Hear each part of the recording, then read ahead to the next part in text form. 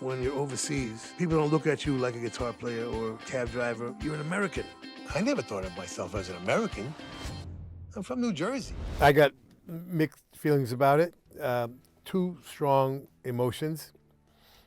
First of all, I haven't seen it, but my first emotion is gratitude. Just it's an honor that somebody cared enough about my life to make a movie about it. And I'm happy that the work is going to be seen, exposed where a lot of it was not. My other emotion is anxiety and emotional. Well, I just don't like being the center of attention, so it's a little embarrassing and awkward, and that's just, that's how it is. It's not going to change, I don't think. He wasn't even in the early cuts. He did want to be on camera. He was like, can you do file footage and podcasts and things? And I was like, Stevie, you're on stage every night. He's like, yeah, but I'm not the center. I'm over here. I'm the side, I'm like, well, you're an actor. And then when he fronts his own band, he's one of the greatest frontmen around. So it was tricky. I think when things are in service of rock and roll, he's happy to do it. I think in service of his own, that took a little more cajoling, It's complicated. There was a rock and roll writer. I grew up in Miami. His name was John Martle, and he would write about Stevie Van Zandt, these glowing, this is the most important artist since Bob Dylan, got to get little Steven. And I was 13, very impressionable young guy, ride my bike, buy his records, really into it. When I became a filmmaker and a producer, worked for PBS and, people like that, I always tried to do his story because I knew it, I'd followed it, and I felt like people didn't know that Silvio Dante from The Sopranos helped end apartheid and free Nelson Mandela, or they may not have known that little Steven had the first branded satellite radio station or streaming Netflix show, or, people don't, and I knew the story, so I tried to get him to let me tell the story. I approached him in 06, no thank you, 2010, no thank you, 24, and on and on.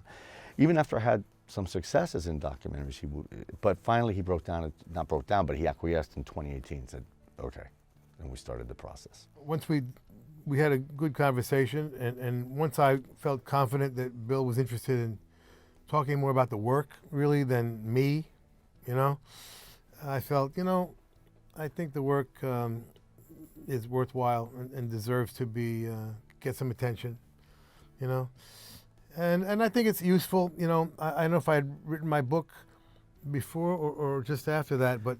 just after. Yeah. I started. Because that was also instructive to me, I had never been very nostalgic. I'd never really looked back or analyzed my life until I had to for the book, And again, I thought, there's some usefulness here in terms of the history that I mostly lived, in terms of the rock and roll history.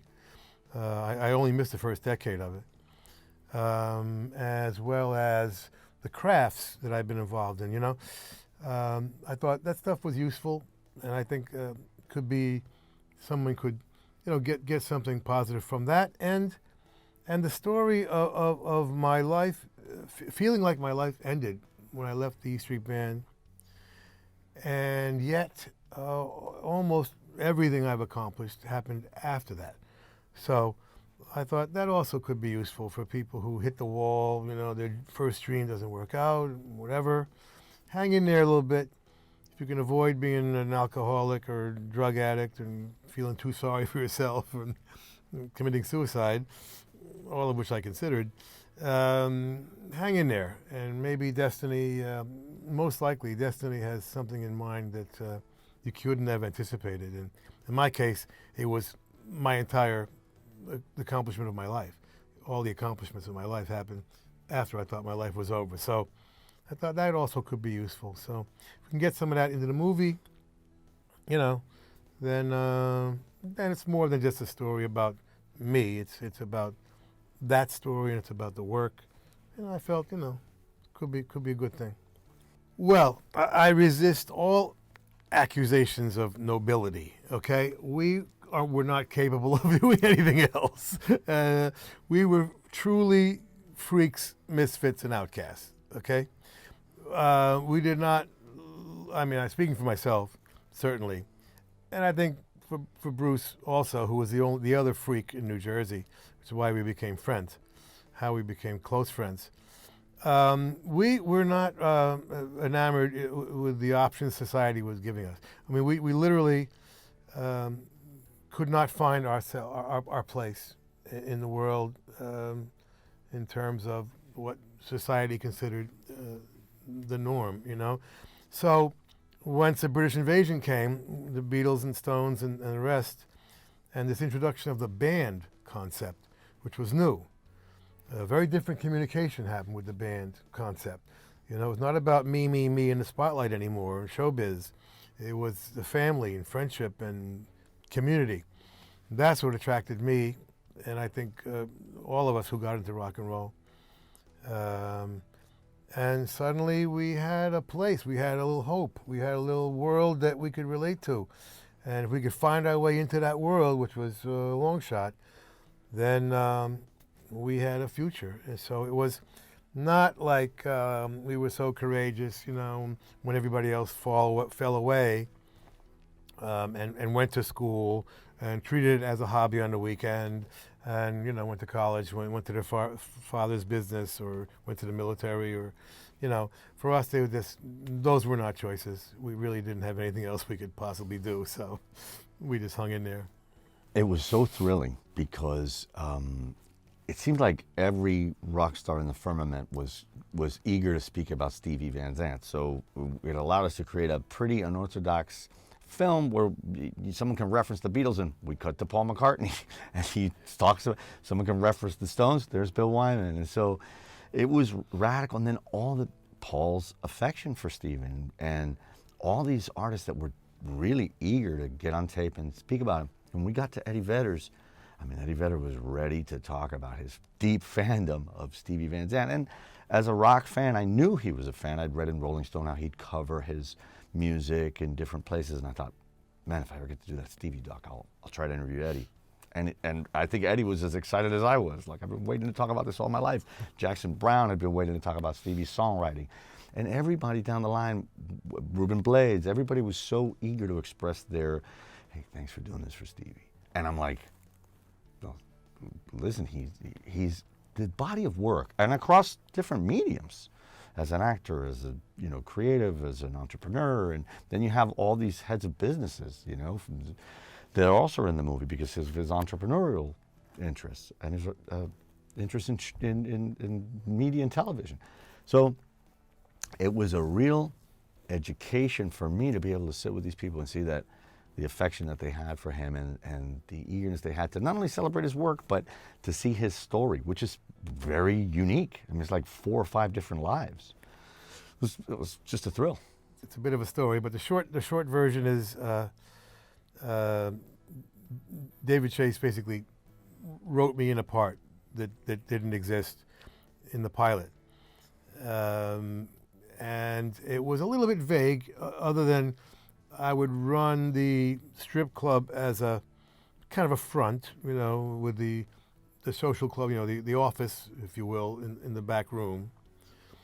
And that was about it, But slowly, over the course of the first season, maybe because the writers picked up on the fact that me and Jimmy Gandolfini were just getting along so well, slowly the role became the underboss and consigliere, which is sometimes 2 different people in the mob and sometimes the same. At which point I really felt quite comfortable, because I was a first-time actor and trying to find my way. But once that role became the obvious role and it started to be written that way, I'm like, oh, I understand these dynamics very well. I've lived my whole life with this. So that really helped me as a first-time actor to know exactly what the dynamics of that relationship is, being the only one really capable of bringing the bad news occasionally, because you're the only one not afraid of them, and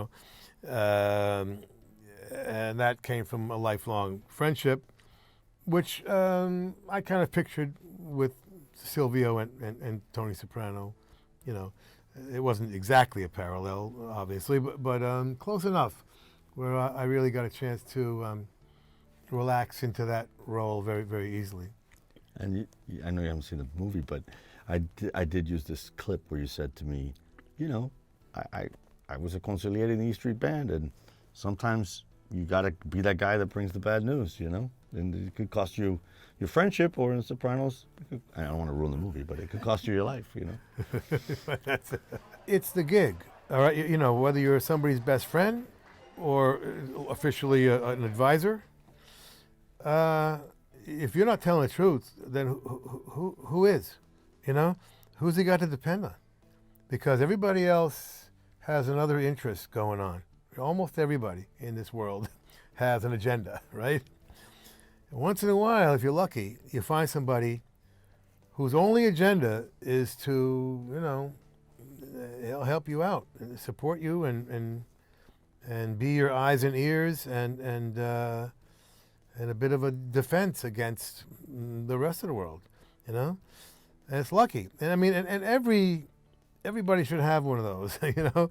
Every celebrity, every businessman should have somebody from the old neighborhood, you know, that knows them since they were young, and knows them well enough to before they were famous, you know, and intimidating, to be able to tell them the truth. And look, the person receiving the advice, they don't have to take the advice, but you know, if you're smart, you want the advice, okay? You want as much advice as you can get before you make a decision, and then you make the decision, you know, and you know, it doesn't matter. You're not obligated to follow it. But if you're smart and you really want to win, you know, in this world, and realize your potential of whatever that enterprise is, you know, you want as much qualified advice as you can get. You know, I was always struck by the name of his band, the Disciples of Soul. I thought that was so cool. And then, you know, as you start to really get serious about putting it together, well, okay, if he's a disciple, well, what is he a disciple of? So it's important that we stop, give a little education in the movie too. Here's a little mini thing on the early days of rock and roll. Who's Mike Stoller? You know, Lieber and Stoller, Jerry Lieber, Mike Stoller. Who's, you know, what were the early rock and rollers? What was the British invasion? And on down through. So we tried to do a little bit of explaining what he was a disciple of, what he was then became engaged in living, and then later trying to save and hold on to, and then evangelize for. Because, you know, I think Stevie is a guy that will say rock and roll is the greatest tool for social change that there is. And it doesn't just have to be rock and roll. It could be hip hop or country or popular music. And you know, this can be a big impetus for social good and change.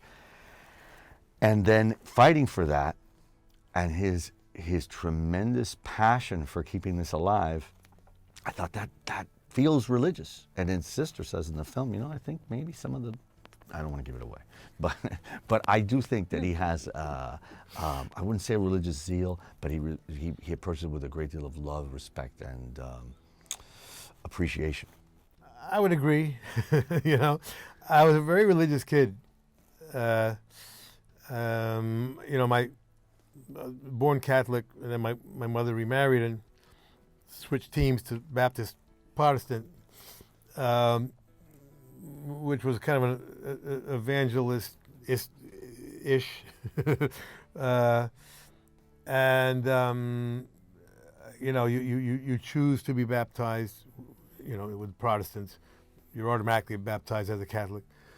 And then you, so at the age of 12 or 13, I chose to be baptized and went to Sunday school, and the real test was showing up for Easter sunrise service every Easter, you know, having to get up at 4 o'clock in the morning and go to this mountain, and, and I did that, you know. And then I was listening to a record by Curtis Lee. It's a not particularly notable record in any way, other than a record called Pretty Little Angel Eyes, which is kind of out of the doo-wop world, but more of a rock and roll version of the doo-wop as a doo-wop started to evolve. Turns out Phil Spector produced it, which I didn't know. and I had an epiphany. I had this very strange feeling of ecstasy come over me, which I heard described by other people having religious conversions, and it was quite something, you know. And I think at that moment, something was born in me, and finally it would come together.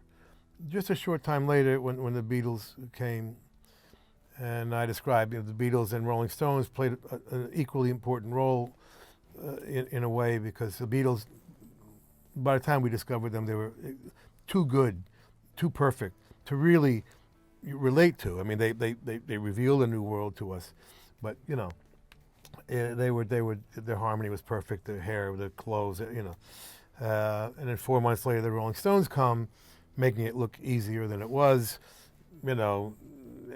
hair disheveled, wearing whatever they felt like, and really, like I say, the first punk band, and so suddenly, I saw my future without a doubt at that point, and would as I've said before, the Beatles revealed a new world to us, and the Rolling Stones invited us in, but at that moment, that was it. From then on, that's all I thought about. That's all I dreamed about, and that's all I did. So it became, my religion, and I would get everything that people get from religion, I would get from rock and roll, and the other music of the day, including soul music and blues and the other things we ended up getting into. But it all began with that British invasion, and really solidified my identity as to who I was going to be. It's how I learned about apartheid, was through Sun City, being 15, 16, whatever age. And a lot of people, I think, had that same experience. And Bill Bradley's in the movie, and they were saying, even if it didn't get to the senators, it got to the senators' kids. And they were like, Dad, well, this is wrong. Mom, this is wrong. And it was an awakening for me. And Hart Perry, the amazing filmmaker, had shot all this great footage.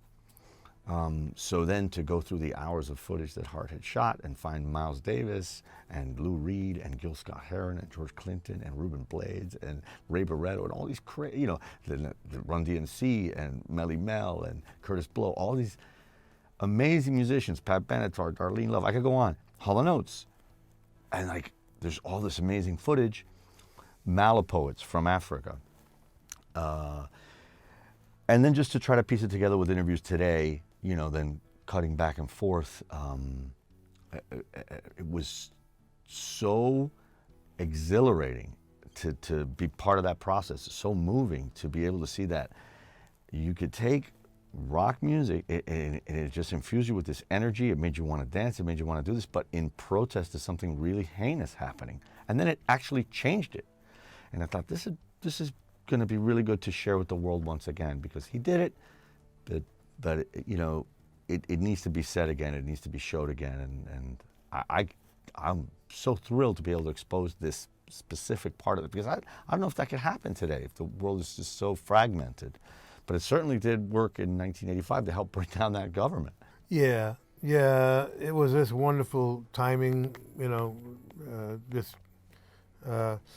couldn't do it today, for sure. And we, it was not a big issue in America. It was just part of what I was studying at the time. I was studying all of our conflicts worldwide and writing about them. And that was just one of 44 conflicts I'd written down. I had trouble doing the research. There was just so little information about it that I had to go down there. I went down there twice in '84, I guess. And, they never really saw us coming, and they didn't get a chance to really mount an opposition, because we just came out, bang, and shut down, used the Sun City Resort as a symbol of the apartheid system. It's a complicated story, as you can imagine, I'm sure Bill explains it in the movie, and I explained it in great detail in the book. But basically, it was just to boycott that particular situation, and we shut them down overnight. It was just a complete success. And that was the four of us. Literally, Danny Schechter, no longer with us, was extremely important to get. He got me an editorial in the New York Times and various outlets to let people know about it. Arthur Baker we used his studio and his phone book basically to find the artists and who weren't my personal friends. And Hart Perry filmed it, as Bill said, which was important because if we hadn't done the video, which Jonathan Demme and Godley and Krem did, without the video, no one would have ever heard the song because radio refused to play it. Ironically, it was too black for white radio and too white for black radio. So, thusly, reflecting our own apartheid in America, which to some extent continues today. Anyway, so it was a very rare, complete victory. And as he said, Senator Bill Bradley brought me to the Senate, and I spoke to the Senate and explained what's going on. I had to show a few senators where South Africa was on a map. I was like, there's 2 hints in the title there,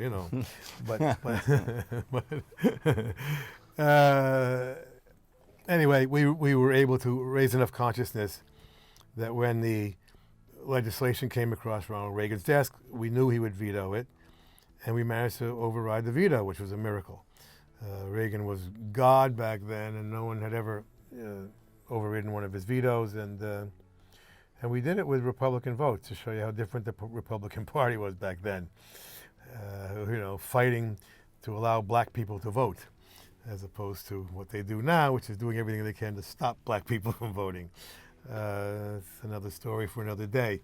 But anyway, it was a wonderful, like I said, this wonderful timing as it turned out, and really a complete victory. So, yes, I'm very proud of it. But we all are. I don't really, I don't know. It's like I said, it's a bit of a paradox in a way because I don't like I don't like to be the center of attention. So I know it seems weird. I just learned to live with it. I just gave up on the analysis of that. I don't know. I think I'm permanently, I'm not nostalgic about the 60s. I just never left. I think I'm permanently 1967. That was my favorite year, my favorite era. I love the psychedelic era. I love Eastern philosophy. I love Indian food. I love everything about it. And I love Ravi Shankar, and so it's a reflection, I think, of that. I like to feel that I'm still there. We're still there in many ways, because it was such a wonderful, liberating, creative time, and there wasn't all of these incredible problems we face now. So it's a little bit of a mental sanctuary in a funny way, but I think I'm just there. That's what I relate to. I feel normal, in the various whatever clothes I'm wearing. There's nothing fashionable about it. It was never fashionable, really, except maybe in 1967, the summer of '67. It was fashionable for 3 months, maybe, but so it's never really been in any kind of trendy or fashionable thing. I just feel normal, this way. It's funny because you don't really appreciate it at the time, maybe, but I talk about it, I think in my book, I'm not sure if it's in the movie, but there's sort of 3 stages of rock and roll, for instance. Your teenage years, the bar band years, and then the business, if you get into the business, right? And of those 3, really, the teenage years was the best because rock and roll was so new, and again, we didn't appreciate it at the time. But if I had a time machine, I would kind of go back there. It was so new that no one would have considered trying to tell you what to do. And we were working all the time. My first band, The Source, I'm telling you, we couldn't, you know, there was more gigs than we could do. Okay, everybody wanted to hire bands because of the British invasion. It was a cultural phenomenon, not just for musicians, but for the entire culture. You know, if you went out at night, you went to see a band or you went to the drive-in theater. That was it. You know, so you know, um, we were just lucky in that sense that adults would hire you, but they didn't tell you, you know, play this song and play that song. They had no idea what was going on, you know. So you never really would be that free again. You know, that was like complete freedom. And I look back on it like kind of with wonder and awe, you know, because then you get to the bar band stage and all the rules start. You have to play the top 40 or you don't work. Now, we broke that rule and made history with Southside Giant and Asbury Jukes because the bar was about to close. They were going out of business. And we said, you know, we're going to play what we want. And we're not going to charge you anything. We're just going to play for the door. You take the bar. And because they were closing, you know, they kind of went along with it. But it broke all the rules of New Jersey and maybe the country.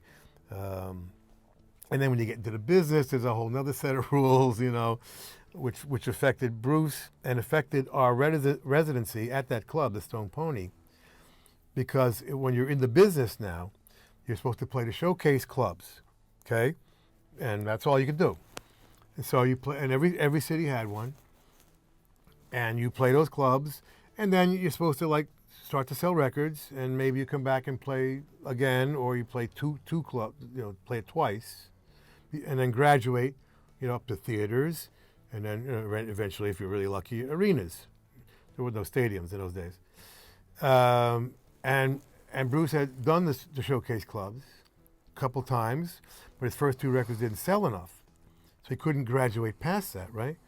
So here we are doing this residency in Asbury Park, and because he's in the business with all these new rules, he couldn't work anymore. You're done now. So he started hanging out with us. You know, he comes back to the neighborhood, you know. But he achieved some status because he was a signed artist, which was, you know, a big deal. You know, you didn't get signed in New Jersey. So he had a little extra status. People kind of knew that. And plus he was a great local hero, and we both were. We were both really big locally. You know, my previous band and his previous band.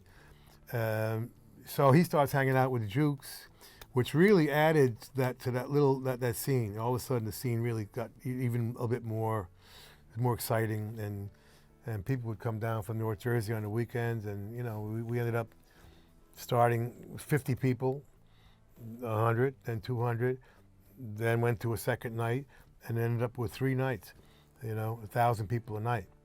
You know, and so, you know, that was also an exciting period of time, again, which you didn't appreciate even then, because you were reaching to try and get into the business, you know what I mean? So you don't appreciate it the teenage years because you're trying to get into the bars. You know, you appreciate the bar band, you're trying to get into the business, and then the business, you know, you want to just get bigger and bigger and bigger and try and have a hit. So, you know, it's a shame, but you don't really appreciate these things as they're happening as much as you should. But looking back now, you know, I realize that those are some of the most fun, you know, enjoyable years of my life. You know? We've come full circle, and now we play anything we want again, you know? And it's wonderful. It's amazing, really, when you think about it, right? You know, the loyalty of the audience. When we came back for this tour, you know, last year, it had been 7 years. You know, and you're not sure the audience is still there. Are they still there or not? You know, well, 7 years is a long time. You know, a whole new generation. You know, a whole new thing going on, and you never know. You never know. And the audience probably didn't know what to expect. You know, it's just you know, did they get old in those 7 years? You know, did we see a bunch of old men coming out in wheelchairs or what? You know. That's why I really made it a point to get in shape for the first time in a long time, in 30 years, really. You know, and then, you know, I really felt like, okay, I'm going to be a rock star one more time, you know, which I hadn't felt like being since I started acting, you know, which was mid-90s, you know, so that's, you know, whatever that is, 30 years, right? or yeah, I think. you know, like 30 years. And suddenly I was like, you know what, I'm gonna be a rock star one more time, you know, because I want to come out and really surprise, you know, surprise everybody, you know. And Bruce felt the same way, you know, like let's come out and like a hurricane, you know, because the theme coming from the Letter to You, the last album we did, was about mortality, and we wanted to balance that out with vitality. Yeah, we're closer to the end than the beginning, but we're not going out quietly, you know. We're going to go out fighting. So we really made the point to come across as a hurricane, you know. And I mean, last year's show had like 2 slow songs, you know, one in the middle and one at the end, and that was it. And we were just like, you know, let's go back to being teenagers and have some fun. The wonderful thing about art, isn't it? You know, it kind of grows with you and can you know, change according to your needs. You know, right? Whatever you need from art in that particular era, you know, you can get. And yeah, that relationship is wonderful, and we've all had it. You know, and look, Paul McCartney's still out there, man. Ringo's still out there. Stones are still out there. You know, it's wonderful. You know, so as long as they're out there, we're still the new kids on the block anyway. You know, so may they last forever, I hope. I came with a critical eye, and let's really examine Stevie, but the guy never takes the cape off. He really lives rock and roll. Maureen, his wife, is the same way. They're passionate about it, and it turns out the guy's a mensch, you know, and a great rock star. So I was free to concentrate on the music and the joy that comes from rock and roll music. And there's a thing in the movie, I don't want to give it away, but you know, he talks about the Beatles communicating joy. And I thought, you know, with his music, with the music with the E Street Band, they also do that, and let's celebrate that. And the movie, it's long, but I feel like it's you see these rock and roll docs, and they're 90 minutes, and they're very detailed at the beginning, and then they wrap everything up, and then they had a hit record, they broke up, they still tour, they hate each other, but they want the money, and then they do the last 40 years in like a little thing like that. And I thought, I can't do that with Stevie, because his life is so complex. There's so many things. It's like if Berry Gordy from Motown had stopped JFK's assassination. Like, it's just a lot of story. I can't do it in 90. So, but hopefully it's never boring, and it's propelled along by a lot of really good music that he created, and you know, or had a hand in, but a lot of it that he created, and it's such a thrill to be able to share that music and the story, which is like the story of his love story with his wife, the friendship with Bruce, the incredible career, the activism, the entrepreneurship, the philanthropic efforts like with Teacher. So it's it is propelled along by a lot of great music that I'm really proud to expose again. Yeah, I've always felt like I'm not productive enough. Honestly, I got a whole lot more in my head that I'm never going to get to. I know that now, but I've always kind of felt like I'm playing catch up, you know, because I kind of started late. I'm kind of a slow, late bloomer and slow learner. I didn't sort of accept or accept myself as an artist really till quite late. I mean, I was, writing. I was writing for Southside, starting, somewhere in my mid-20s or early 20s, but, didn't really embrace my own artistic adventure until I was in my early 30s, And suddenly, another world opened up to me, and I realized that I really should have been doing this sooner, because there's a lot though to learn, there's a lot to do, a lot to explore, and you want to get to it. So I've always felt like I'm playing a little bit of catch up and not quite as productive as I'd like to be. I decided early on I'd rather have quality over quantity, So I want to make sure anytime my name is on something, I don't care what it is, people can depend on its quality being quite high. Whether they like it or not is a matter of taste, but I wanted people to be able to depend on something my name was on, you know, whether it's my record label, my radio show, my education curriculum, whatever it is. You know, people can depend on the fact that I have put years and 100% into it, and made sure that the quality is as high as humanly possible. Now, the cost of that is quantity, you know, because not easy to maintain that high quality and crank stuff out, you know, but I wish I could. So I'm always a little bit frustrated about my output. No, it's not true. You can always get a ticket to the show, and there's always going to be the same $100 price. You know, it may not be the front row, but you can always get a ticket to our shows. That's a misunderstanding. Absolutely. There's no, you know, we've checked this out 100 times. You can always get a ticket to the show. It's always going to be a low price ticket. It may not be in the front, but look, the marketplace. The artists don't decide these things. I know people think the artists decide these things. We don't. The marketplace decides your value.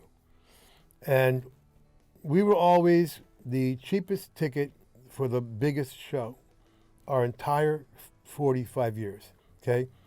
We're doing 3-hour shows when everybody's doing 90 minutes. We're doing 4-hour shows when people are doing 2 hours, okay? When Madonna and everybody else is charging $250, we're charging $99, okay? 40 years of that. Now, when analyzing it, we realize we were making the scalpers rich for decades because we were severely underpriced according to the marketplace, right? So for the first time, we said, you know what? Maybe we should make the money instead of the scalpers, because we've always been literally the cheapest ticket in the business. None of us got rich, you know, relatively to other rock stars. And it was time to, you know, we're coming to near the end here. Maybe we can put a few dollars in the bank, you know, just in case we live longer than expected, you know. So I mean, it was an opportunity to literally, you know, make the money that we earn, rather than the scalpers making the money. And the fans, once they realize they can always get a ticket, and it's always going to be a lower price ticket, but you're not going to be in the front. Yes, those are going to be premium tickets. So that's the difference. I guess, I don't know. Please I have watch a lot of the anxiety movie. about this, really. Please watch the movie, because I don't know. How do you feel about it? I'm tremendously excited about it, and you know, people will be there that are in the movie. So Richie Sambora, Ruben Blades, and for you to see the movie among your peers, your friends, and just an audience, I think you're going to be moved. You're going to really take it. I'm moved just thinking about it. I know, but you have to please watch. I don't know if I like hearing my name that often, or seeing my face that often. I mean, it's giving me an anxiety attack already. I don't know. We'll see. We'll see. Please. The No Child Left Behind legislation of I don't know now, 15, 20 years ago, canceled all the arts classes in America, you know, in public education. And so the music teachers came to me and said, you know, what can we do about it? And I went to Teddy Kennedy at the time. That's how long ago it's been. And Mitch McConnell. And I said, look at what happened. And they were like, yeah, unintended consequence. You know, we're sorry. I said, okay, well, fix it. And they're like, no, we don't fix things in Washington. We just break them, you know. And so I said, well, I'm going to have to bring this bad news back to everybody. But along the way, I said, you know, maybe we'll do something else. Maybe we'll do a music history curriculum instead. We can sneak that in. We can do it at every grade level. We can do it cross-curricular, you know, English class, social studies, music class. And we decided, you know, we're gonna accomplish 3 things. We're gonna keep the art in the DNA of the public education system. We're gonna create a new methodology for this generation, which we've done. And eventually, we're gonna affect the dropout rate, which is outrageous.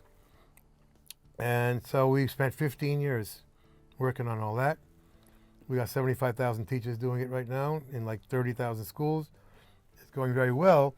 And now I'm very, very excited about our new program, which is called Harmony, which is the first 20 minutes of homeroom. The entire school gets into it, and we're now preparing the kids to be educated, okay, which is a whole new problem. Because of this complete, it's an epidemic of isolation, alienation, low self-esteem, a lot of suicide going on, all of that, right? So we thought we better deal with that before we even start to think about the content, you know. And even though the content now is really been working, integrating art into science, math, engineering, and technology, not as art as a separate thing. That's all working. So we decided let's do first things first, and just get kids talking. You know, it might be an immigrant kid, it might be somebody from another state, or it might be just somebody shy. You know, what's going on at home? What would you want to be when you grow up? How do you see your future? How do you see the world? Just get them talking, and meet each other, and they make new friends, and the teachers are like going nuts over this. They're like stopping me on the street, you know. They're like, we're having such amazing success from just this seemingly simple thing, along with the success of the curriculum, which everybody loves. But now the kids are going into classes in a better mood and a little bit less alienated, and so I'm very excited about this new Harmony program we've added this past year. So it's been very, very successful. Well, I mean, in the end, I feel if I had to describe myself, I'm a writer producer. I think, you know, the performance stuff is fun, a wonderful way to enjoy yourself, and a wonderful way to make a living, be it being a rock star or an actor, or, you know, that's the fun part of life, the physical fun part of life. But that's not the satisfying thing to me. You know, the writing, the creative part, producing. I enjoyed directing TV. I enjoyed it more than I thought I would. So I could do that for a living and enjoy it. But it's behind the scenes. You know, I'm more comfortable behind the scenes as a writer producer. I like creating something. My favorite moment of my life creatively was the Broadway show I did with my wife and Mark Brickman. We you know, created a new art form that no one else has picked up on yet. But so I put a giant video screen at the Richard Rodgers Theater where Hamilton is or was, and I reunited a band, the Rascals, and was just engaged in the entire process of everything from the music to the script, to the visuals, to the wardrobe, to the choreography. And I really, really, really got off on that whole picture. And I realized as I've gotten older, that should have been my path, really. You know, I got hung up in the rock and roll thing because it was such a liberating time to find my way through society. But I realize now yes, I wanted to be, you know, Brian Jones or you know, George Harrison, or, you know, Pete Townsend or whatever, Keith Richards. But now I realize, you know, really, I really wanted to be Diaghilev. I really wanted to be Bob Fosse. You know, if I had it to do over again, that's where I would be. Because I love all of the art forms coming together, you know, in a live setting particularly. You know, it's wonderful in the movies also. Obviously, a movie uses, you know, many art forms as well. That's probably the second opportunity to do that. But theater, live theater, man, oh my goodness, what an exciting moment that was when somebody laughed at a line that I wrote. You know, and I was in the middle of the theater, and that first joke comes up and people laugh, and what a thrill, and just the whole thing, you know, just that again, the multiple media, you know, multiple art form integration, communicating something wonderful. We transported people back to the 60s for 2 hours, and they came out glowing. The police told one of our producers, never seen an audience come out of a theater He'd been working in Broadway for 40 years. He'd never seen an audience come out with that kind of mood, just glowing, because we had literally transported them back to the 60s, where every day we knew was going to be better than yesterday. Tomorrow's always going to be better than today. There was a sense of optimism in the air that we haven't seen since. And, you know, we asked the question, what happened? What happened to that optimism? You know, what happened to that kind of hopefulness? And we gave it to him for 2 hours, you know, for that. So I wish I had done more of that. I did that once in my life, you know, and I wish I had done that more, and maybe I'll get an opportunity to do it again. But so that's what I would. That's my you know my most my favorite thing that I've ever done. I think that there's someone out there that has such a passion for what the positive aspects of what rock and roll can do, and it's not just rock and roll. Like in his curriculum, it's hip hop, it's Latin music, it's this can be a force for positive change, and that the same way that it saved him and made him not feel alienated, that he wants to now go back and save it, because it can change people's lives in a really positive way, and it can influence things. And the other part is the work. I was so proud to be able to expose all this work in all these different mediums to the public as a you know, as an actor on The Sopranos on HBO, as a writer, producer, director on Netflix, Lilyhammer, the stuff at the Underground Garage, and SiriusXM in general, just all that work. The curriculum for education, which again is hip hop and Latin and rock, all that stuff is one guy. That's crazy. And then the activism, my God. So I guess it's that if you really love something, you're really passionate about something like rock and roll, you could kind of, what he does is reflect it back out and use it to change the world. One guy from New Jersey can change the world because of his just power and belief in this wonderful art form. And I guess that's what I'd like people to take away.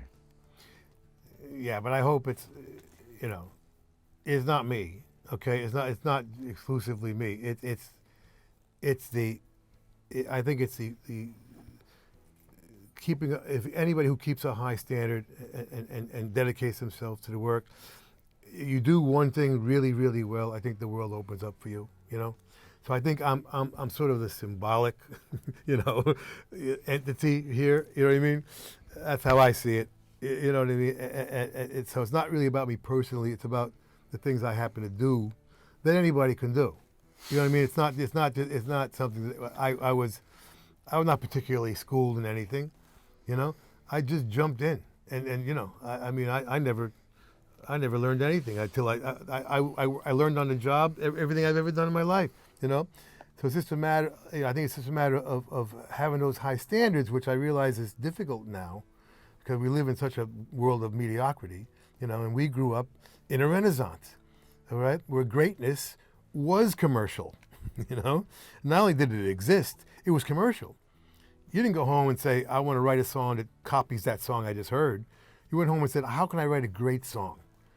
Because that would be a hit if it's great. You know. Different sensibility.